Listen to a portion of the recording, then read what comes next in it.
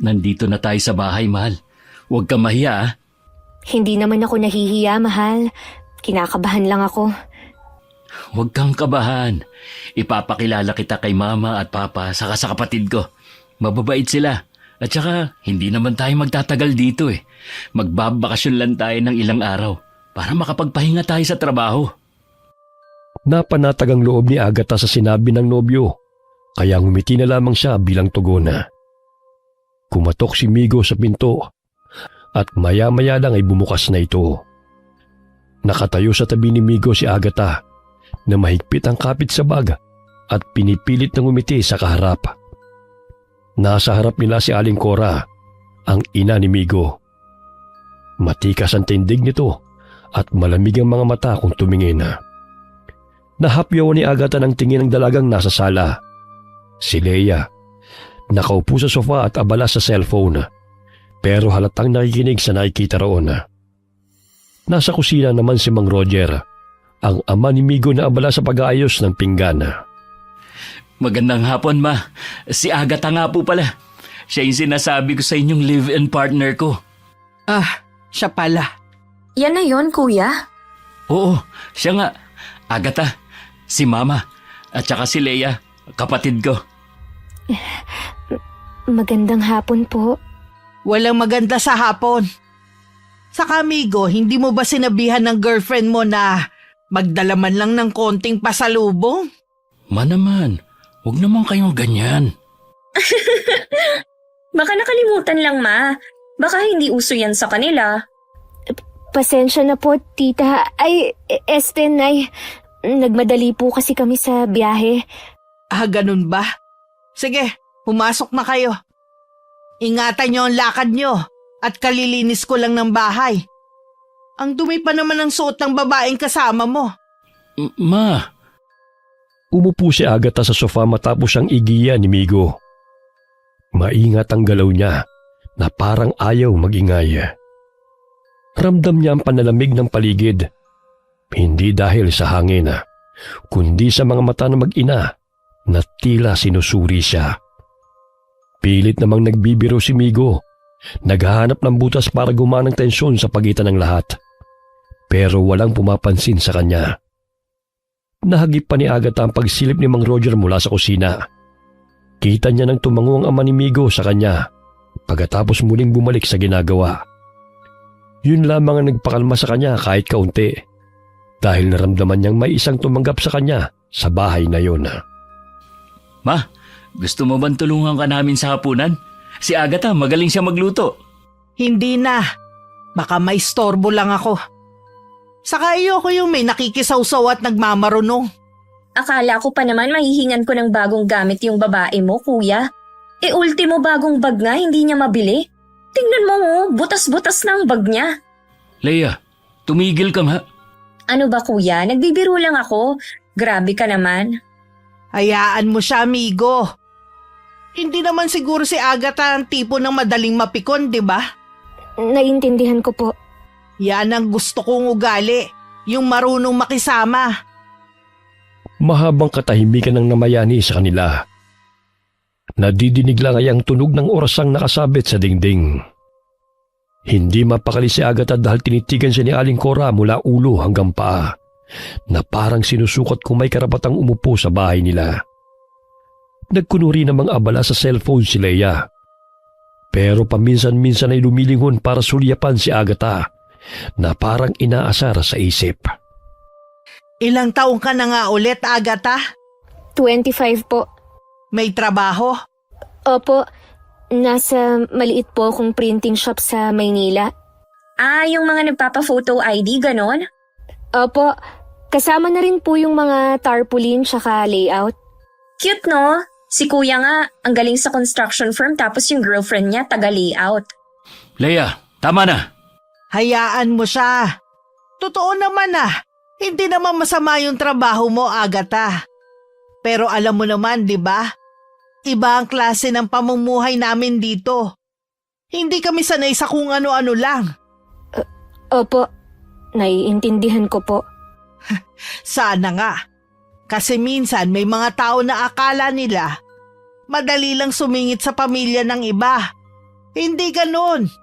Ma, grabe naman yung sinasabi mo. Ano bang grabe? Nagpapakatotoo lang ako. Ayokong sabihin mong tahimik lang ako tapos sa dulo Ako pa sisisihin kung sakaling masaktan ka. Ma, mahal ko si Agatha. Wala naman siyang ginagawang masama sa inyo Di mabuti kung ganon. Pero kung mahal mo siya, turuan mo siyang makisama. Anong ibig niyo sabihin? Kanina pa siya nakaupo dyan Hindi man lang nag-alok na tumulong sa kusina o maghain. Di ba nga ako na nagsabi na tutulong kami sa inyo, pero kayo tong may ayaw. Ikaw naman na nag-alok nun at hindi ang babaeng yan. Pasensya na po, Nay. Akala ko po kasi... Ayan, akala. Yan ang problema. Dito sa amin, hindi uso ang ganyan. Saka pwede ba? Huwag mo kong tawaging nanay at hindi naman kita anak. Kuya, hindi mo kasi sinanay. Ayan tuloy, tamad. Lea, sobra ka na! Totoo naman kung gusto niyang makuha ang loob namin, dapat marunong siyang umayos, hindi yung parang bisita lang na walang pakialam. Hindi naman po sa ganun. Gusto ko lang po magpakilala muna ng maayos. Sige, pakilala ka. Sabihin mo nga kung anong meron sa'yo at nakuha mo ang anak ko. Ma, tama na yan. Hindi niyo pwedeng bastusin si Agatha ng ganyan. Hindi ko siya binabastos Tinatanong ko lang. Puro tanong na may laman? Baka kasi totoo naman, kuya. Baka nadala ka lang sa... Alam mo na. Lea! Ano ba? Kahit dati pa hindi ka na marunong pumili ng babae. Hay, tama na nga yan, Lea. Pero alam mo, Agatha, minsan nararamdaman ko agad kung sino ang bagay at hindi sa anak ko. May mga tao kasing kahit ngumiti, parang may dala ng mabigat na pasanin. Tulad mo, kahit nakangiti ka hindi pa rin kayang itago na hindi ka bagay sa anak ko. Masyado ka manang tingnan. Napatingin si Migo kay Agatha na halatang nadurog sa narinig. Pero napangisi ng bahagya ang ina ng lalaki habang sila ay umikot ang mata at ibinalik ang atensyon sa cellphone. Tumahimik ulit ang paligid at ang naririnig na ingay ay ang mga kasangkapang inaayos ng ama ni Migo sa kusina. Lumipas ang ilang minuto. Tumayo si Migo para tumulong sa kusina habang si Agatha ay naiwan sa sala. Tahimik siyang nakatingin sa mga lumang larawan sa dingding. Larawan yun ng pamilya ng kanyang nobyo. May mga larawang kinunan sa pista at kasal. Lahat ng larawan ay may ngiting masigla. Pero sa bahay na pinuntahan niya ay parang nawala na ang sigla nang siya'y dumating. Ramdam ni Agatha ang matinding lamig sa dibdib. Hindi dahil sa takot, kundi sa pagtitimpi. Alam niyang kailangan niyang makisama. Pero bawat salita na mag-ina ay parang maliliit na karayom na unti-unting bumabaon sa kanya. Sa kabila noon, nanatili siyang kalmado dahil alam niyang minsan mas malakas ang tahimik na tao kaysa sa maingay. Mula sa kusina ay nadidinig niya ang boses ni Aling Cora at Lea. Hindi ko gusto si Lea. Hindi ko talaga gusto. Alam ko, ma. Ako rin. Parang ang weird ng dating. Hindi yan magtatagal sa bahay. Tingnan natin kung hanggang saan yan. Natapos ang gabi sa mabigat na katahimikan. Naupo sa sofa si Agatha at tahimik na nakiramdam.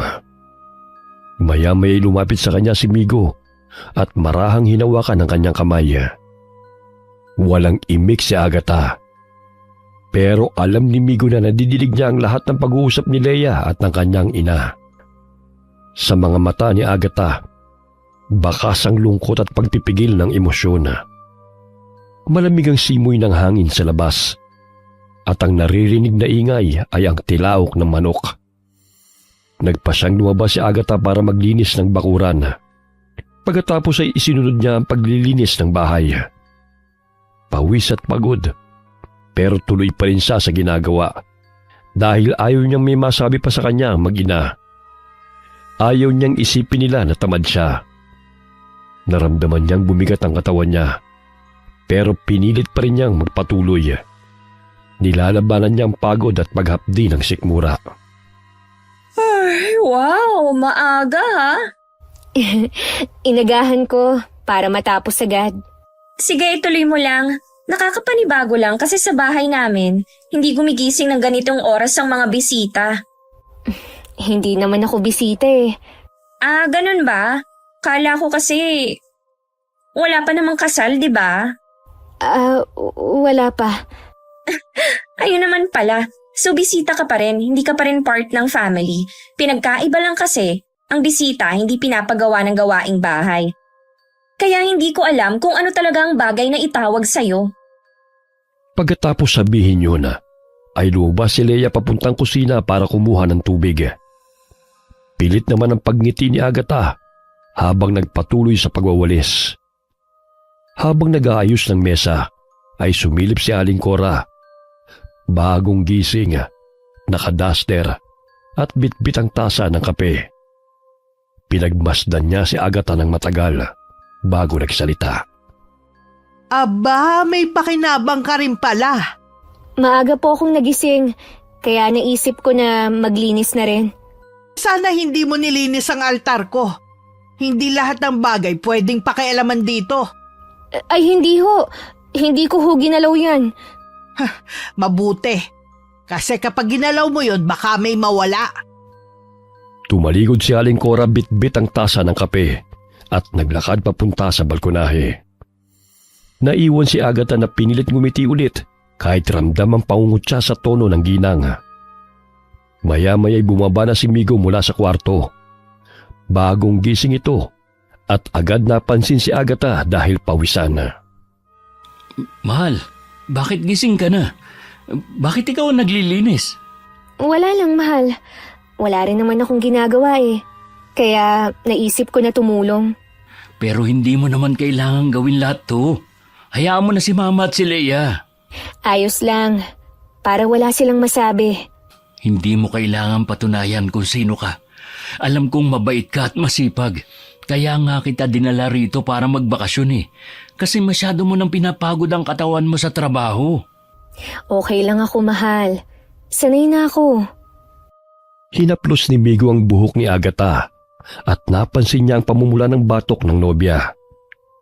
Parang may maliit na pantal sa batok pero hindi niya yung binigyan ng pansin dahil inisip na baka sa pawis lamang nakuha.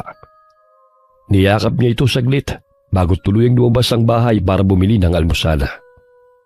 Naiwan si Agatha na pagod at nanginginig na ang kamay pero hindi pa rin tumigil sa paglilinis ng bahay. Pagsapit naman ng tanghalian, hinarap naman ni Agatha ang mga hugasin sa lababo. Minasahin niya muna ang kamay na kumikirot dahil sa pagod. Napadaan naman si Leia na kumakain ng tinapay at saglit siyang tinignan. Ang dumi pa rin ng hagdan, oh. Pasensya na. Mamaya lilinisin ko ulit. Teka lang, bakit parang nangingitim ang kamay mo? Allergic ka ba sa sabon? Siguro. Hindi naman to ganito dati. Baka hindi ka sanay sa gawaing bahay. Hindi naman sa ganun. Tumalikod si Leia, sabay kindat kay Aling Cora na kalalabas lamang ng kwarto. Pareho silang tumingin kay Agatha. Tahimik pero may ngiti sa labi. Ang klase ng ngiting parang nananadya at pang-aasar.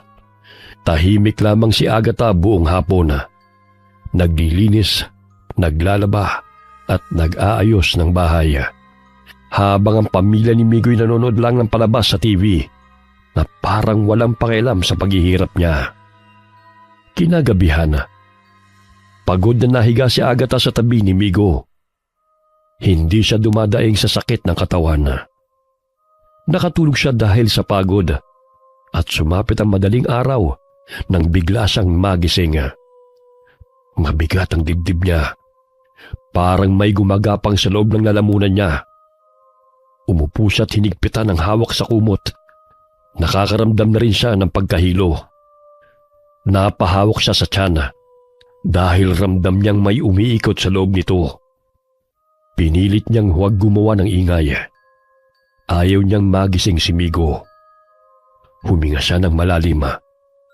Pero hindi na niya mapigilan ang pagsuka ng mapait at maasim na malapot na likido. Agad siyang tumakbo sa banyo. Nakasandal siya sa dingding at hingal na hingal matapos sumuka. Muli siyang sumuka matapos ang ilang segundo. Mainit ang likidong lumabas sa bibig niya. Kulay itim ito na parang pinaghalong dugo at langis. Napakapit siya sa lababo ng banyo at nanginginig. Doon niya napagtanto na hindi ito ordinaryong sakit. Alam niya ang pakiramdam na yun. Naranasan na ito ng lola niya noon at alam niya kung anong klaseng sumpa ang ganitong uri ng sakit. Barang bulong niya sa isip niya. Humahalo ang takot at galit sa dibdib ni Agatha, pero pinigilan niya ang sarili. Hindi niya ginising si Migo. Nilinis niya ang sarili at bumalik sa kama. Humiga siya at pumikit, pero hindi makatulog. Naririnig niya ang mahinang ugong sa tenga niya na parang mga langaw. Pero tinis niya hanggang sa unti-unti siyang nilamon ng antok na may halong pangamba. Kinabukasan, maputla na ang mukha ni Agatha. Habang nag-aalmusal, tahimik lamang ang lahat. Pero ramdam ni Agatha na may kakaiba sa paraan ng tingin ng mag-ina sa kanya.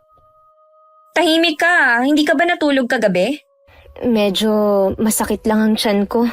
Baka hindi ka sanay sa pagkain dito. O baka may kinain kang hindi mo dapat kainin. Baka nga po. Sigurado ka bang okay ka? Parang amputla mo eh. Okay lang ako, mahal. Mamaya lang, makakabawi rin ako ng lakas. Baka naman naninibago ka lang sa tubig dito. Hayaan mo siya, Leia. Minsan talaga kapag may boyfriend, magkakasakit ka kunwari. Ma, baka pagod lang si Agatha. Hindi natin alam. Napatingin siya sa kanila. Hindi niya alam kung anong klaseng tingin ang ibinabato nila sa kanya. Awa, galit o pagdududa. Sa loob-loob niya, sigurado siya nagsisimula na ang sumpa na hindi lang sa katawan niya, kundi pati sa pagitan nila. Tahimik ang buong bahay ng sumunod na gabi. Mahimbing na natutulog si Migo, pero si Agatha ay gising pa rin. Nakahiga siya, nakatitig sa kisame, habang sa tenga niya ay paulit-ulit ang ugong ng mga langaw. Minsan ay parang nasa tabi lang ng una ng mga ito. Minsan naman ay parang nasa loob mismo ng ulo niya. Pumikit siya, pero lalo lang lumakas ang ingay. Para bang tinutokso siya ng kung sino. Huminga siya ng malalim, saka dahan-dahang bumangon. Sa ilalim ng kamay inilabas niya ang kanyang bag at kinuha roon ng maliit na tela na may mga tuyong dahon at bote ng langis. Maingat niyang binuksan yun, saka naupo sa sahig. Ang liwanag ng buwan ay tumatama sa mukha niya mula sa nakabukas na bintana. Dinig ang banayad ng pag-ikot ng bentilador at ang mahinang hilik ni Migo. Sa gitna ng gabing yun, ay ibinulong ni Agatha mga salitang itinuro ng lola niya noon. Mga salitang hindi dapat marinig ng iba. Pagkatapos ng ilang sandali, ay pumikit siya.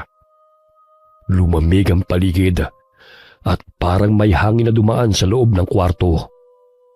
Sa kanyang panaginip, nang makatulog siya, ay nakita niya ang dalawang figura. Isang matandang babae na may hawak na itim na kandila at isang dalaga na may dalang maliit na garapon na puno ng insekto. Nakangiti sila. Parehong malamig ang mga mata.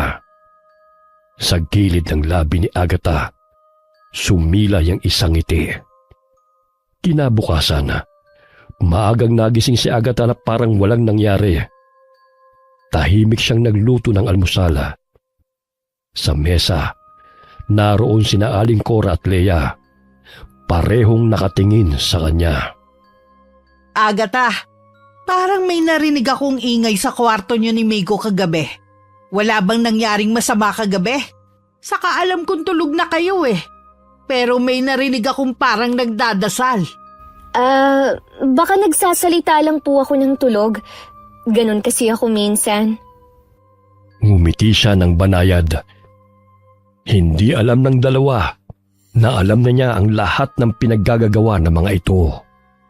Sa ilalim ng ngiti niyang yun ay nasa bulsa niya ang maliit na bote ng langis. Ang parehong bote na ginamit ng lola niya noon laban sa mga mambabarang. Habang nagtitimpla siya ng kape, ay pasimple niyang hinalo yun sa tasa na mag-ina. Ito, Leia, oh. Ako na ang nagtimpla ng kape para sa inyo.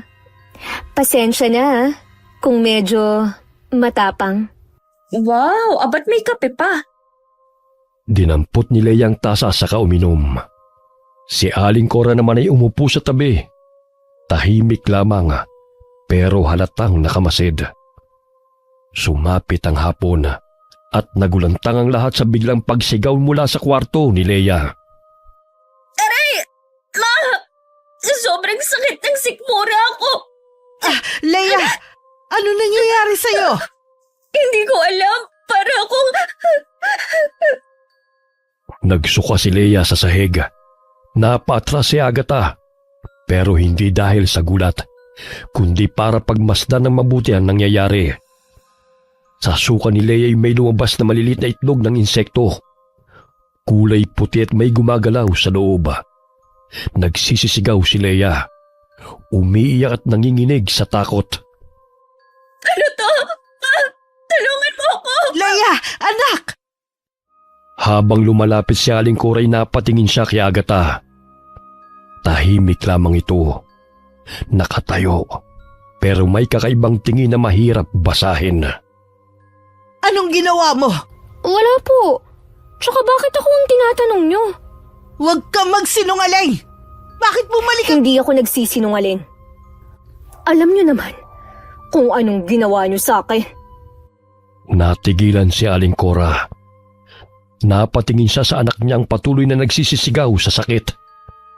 Sa sandaling yun, parang nawala ang lakas niya. Hindi mo naiintindihan, Agatha. Alam ko lahat. Alam ko kung sino ang nagpadala ng barang sa akin. Pero huwag kang mag-alala. Hindi ko naman kayo papatayin eh. Gusto ko lang maramdaman nyo kung gaano kasakit ang ginawa nyo sa akin. Bakit kailangan mo? Hindi ako ang nagsimula nito, Aling Cora. Kundi kayo. Kumanti lang ako. At pinatunayan ko na mas malakas ako kesa sa inyo. Tahimik ang sumunod na ilang segundo. Sa labas ng bahay, may narinig silang ingay sa bubong. Parang mga insektong lumilipad-lipad sa itaas. Sa loob ng bahay, ang hangin ay biglang lumamig.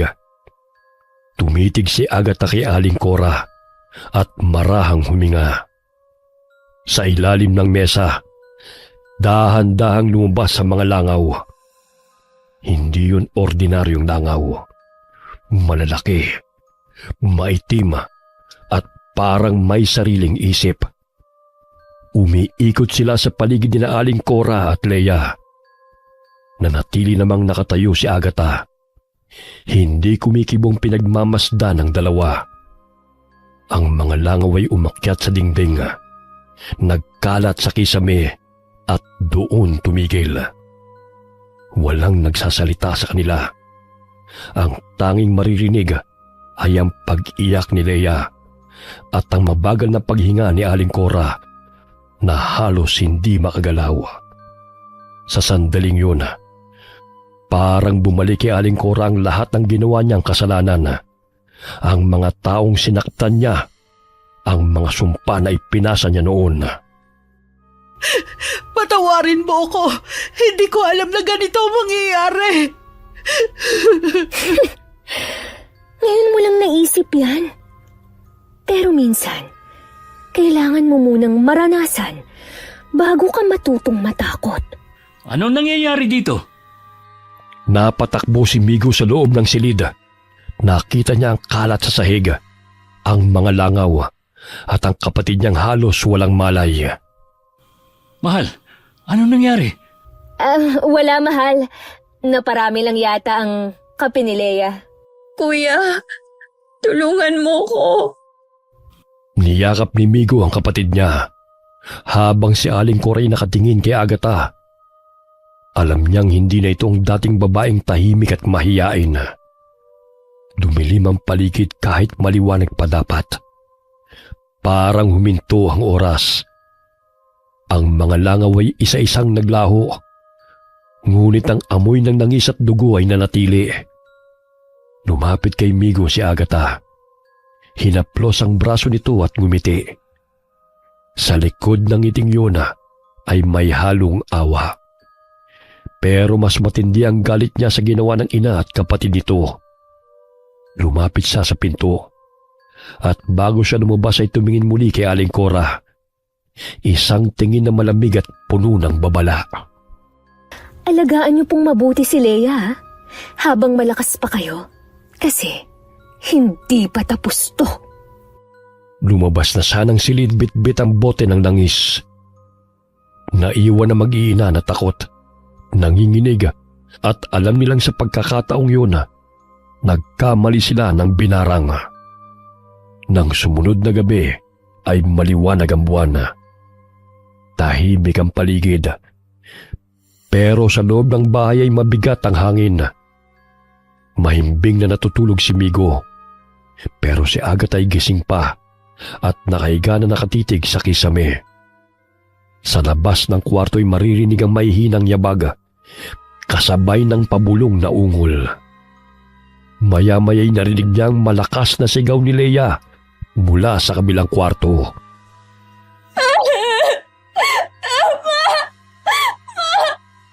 Tulungan mo ako. Ang sakit.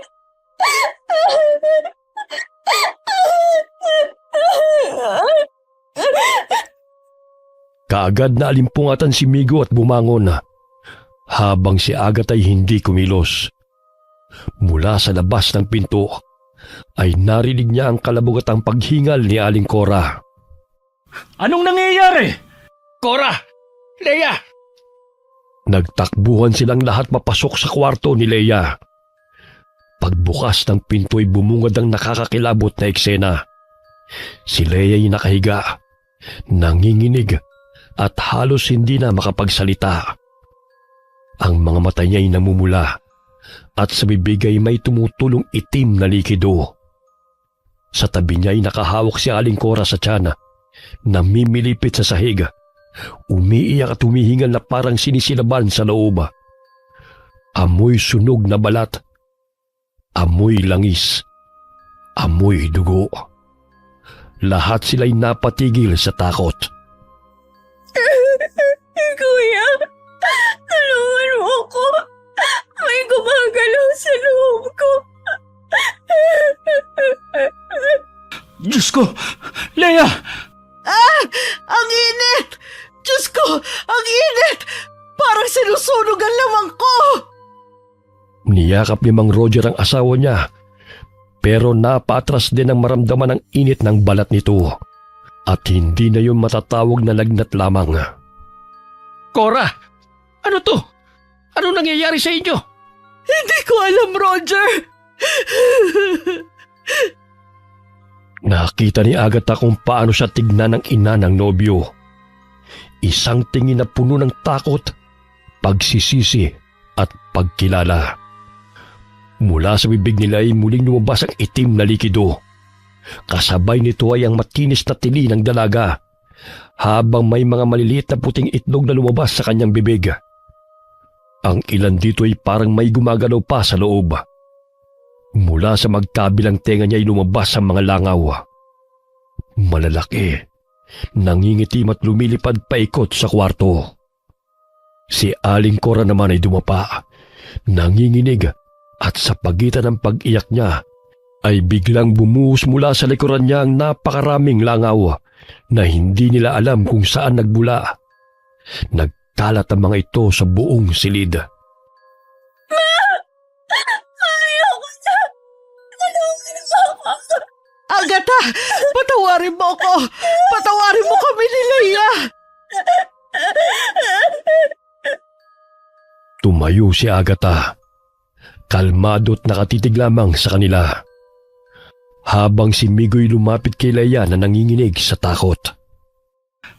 Mahal, tulungan mo sila. Hindi ko sila kayang tulungan kung hindi mo na sila aamin. Aamin ako! Oo! Ako ang may gawa! Ako ang nagbarang sa'yo!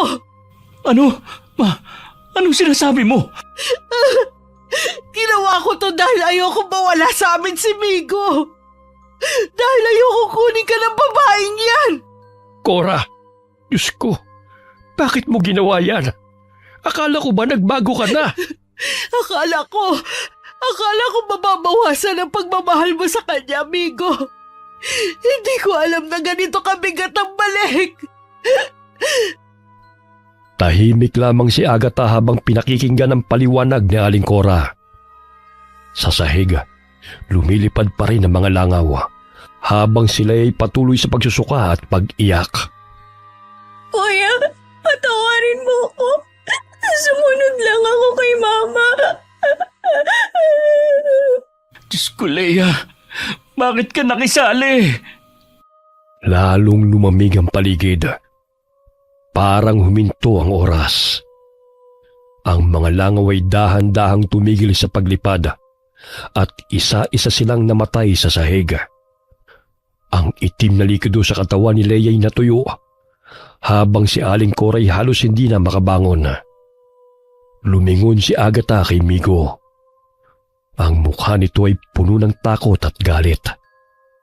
Alam niyang nasira na ang lahat sa pagitan nila. Sa harap niya, naroon ang mga taong sumubok siyang pahirapan, pero ngayon ay halos mamalimos ng buhay. Humakbang siya palapit kay Aling Cora. Hindi ko kayo pinahirapan para gantihan. Ginawa ko to para ipakita kung gaano kasakit ang ginawa nyo. Tinago ko kay Migo ang epekto ng barang at umaktong ayos lang ako. Pero hindi ako kasing sama nyo. Patawarin mo ako, Agatha. Itigil mo na to. Babawi ako. Magbabago ako. Mahal, please. Tama na. Hindi ito basta-basta natatapos, Migo. Lumapit siya kay Leia. Hinawakan ng noo nito. Umiiyak ang dalaga. Nanginginig pero hindi na makasigaw. Tama na. Hindi ko gusto mawala ka. Gusto ko lang matutunan mo kung gaano kalalim ang sakit ng taong pinapastos mo. Nagsalita siya ng mahina, halos pabulong at saka huminga ng malalim. Sa sandaling yun, unti-unting tumigil si Leia sa panginginig. Ang mga langaw ay naglaho. Si Aling Cora ay bumagsak. Humihikbi, pero malinaw na humupa ang sakit na nararamdaman nito. Salamat. Salamat, Agatha. Wala pong dapat pasalamatan. Ginawa ko lang ang nararapat. Mahal, salamat at pinatawad mo sila. Migo, hindi ko na kayang ituloy ito. Ano? Alam mo, kahit pinatawad ko sila, hindi ko na kayang bumalik sa bahay na to. Hindi ko kayang ipagpatuloy ang relasyon natin na puno ng takot. Pero mahal kita. Mahal din kita. Pero minsan, hindi sapat ang pagmamahal para mabura ang sugat na ginawa nila. Nay Cora, patatawarin ko po kayo. Pero sana, huwag niyo na tong ulitin sa iba. Ang sumpa, kahit bawiin, ay may bakas na iniiwan. Huwag niyo nang hintayin na maranasan ulit. Salamat. Salamat, anak. Hindi niyo ako anak, pero siguro, mas natutuwa ko sa inyo kesa sa kahit kanino. Lumabas si Agatha ng bahay bit-bit ang kanyang mga gamit. Sa labas, sumalubong sa kanyang malamig na hangin. Tila magaan na ang paligid at ang mga kuliglig ay muling nag-ingay. Sa loob ng bahay, tahimik na humahagulgul si Migo habang yakap ang kapatid at ina. Sa wakas, tapos na ang sumpa. Pero naiwan sa kanilang takot at aral na ang galit at inggit ay hindi kailanman dapat gawing sandata. Habang naglalakad si Agatha palayo, huminto siya sandali at lumingon sa bahay na yun. Sa bintana nakita niya si Migo, malungkot na nakatitig sa kanya. Hindi ako nagkamali ng binarang. Kailangan lang nilang maranasan para matutong magbago. Wakas,